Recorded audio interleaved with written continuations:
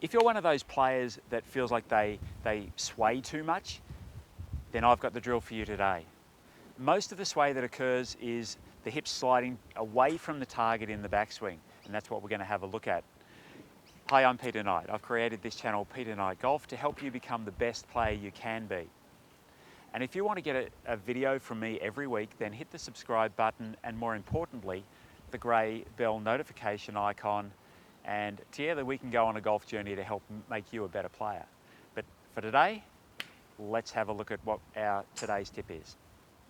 In the more important part of the swing, which is the downswing. So when the club swings back and through, if my hips move too far away from the target, it's going to make it extremely difficult for me to get my balance back onto my front foot.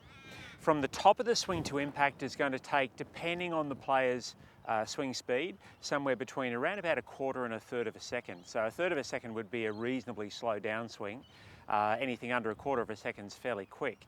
Either way, it's not much time. So if I swing the club back and allow the pressure to move too much into my right foot, and my hips actually slide to the right, which you can see they have, then it's going to be very, very difficult for me to get back to the downswing, back to impact correctly. That's one form of sway. The other form of sway, of course, is my hips go the other way, in which case they go forwards in the backswing, and often there's a corrective movement because now I'm going to put a lot of pressure into my left foot and it might make my body move backwards. So what we need to create a way of being quite stable on that foot. So here's a drill that you can do to start to build a feeling of taking pressure or weight into your right leg. What I'm going to do is make some swings just standing on my right foot. Now my right foot's going to be vertical, right leg is going to be vertical here, which is not the same as it's going to be during my normal swing. But this is so that I can get the feeling of how I take pressure into my right foot. So right foot has got almost 100% of pressure. My left toe is back, so that I've just got some pressure on that foot.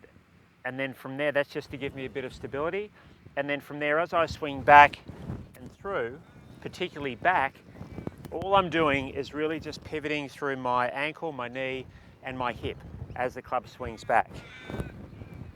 Then from there, if I take my normal stance and try and recall the feeling of how that pressure worked into my right foot, as I go back, I can feel that pressure through my right hip, right glute, and all the way down to my foot. And when I do that, my foot stays quite stable on the ground because my body hasn't moved around unnecessarily. So that's really critical for getting that movement correct, to stop that sway. Another way to just fine tune what we've done is, if you set yourself up, have a look in a mirror, or in the case of this morning with nice sunshine, if I stand with my back to the sun, casting my shadow forwards, then I can monitor the movement of my leg. Now here's what I'm looking for with my right leg. As the club swings back, I want the pressure to move into my right foot without my right hip sliding one way or the other as I go back. So I'm looking for that stability through my right leg. So from this view here, it appears to stay very steady. But as I go back, I can feel the pressure shifting into that foot. Practice that movement, you'll find that it will actually give you a lot better ability, first of all, to get the pressure into the back foot to start with, and second, to be able to get the pressure back onto the left without getting stuck on your right foot.